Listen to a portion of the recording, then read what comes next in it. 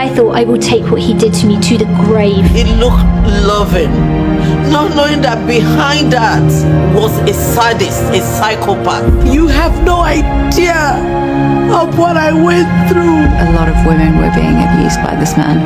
I had no idea.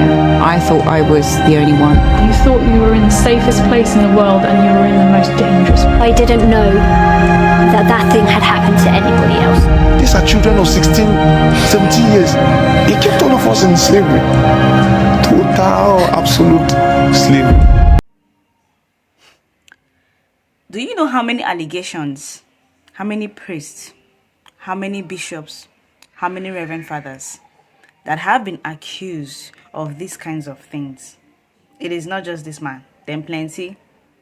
But after all these accusations and victims coming out to come and say what they are doing to them, you're going to see these religious zealots, these people that worship their pastors and their reverends instead of worshiping God.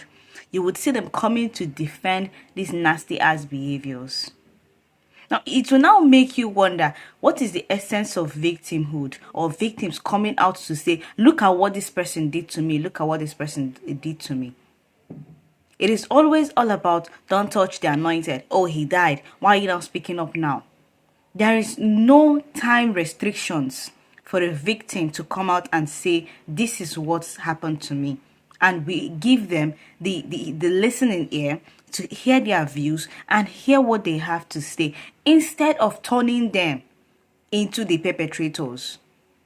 So when this story is full blown, you would see how many people from the Christian communities are going to come out and sideline these victims. They've already started doing that in the comment sections.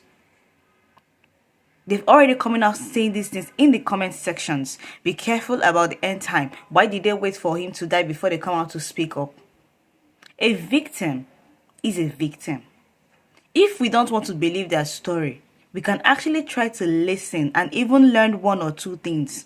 Because the truth here is that many women or many children have been abused and are still being abused in the church.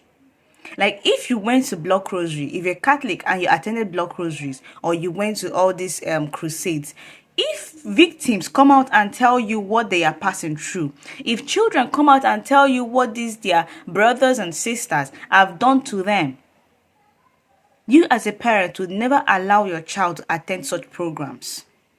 Kids are being molested on a daily basis under religious institutions. And nobody is doing anything about it, and nobody is saying anything about it.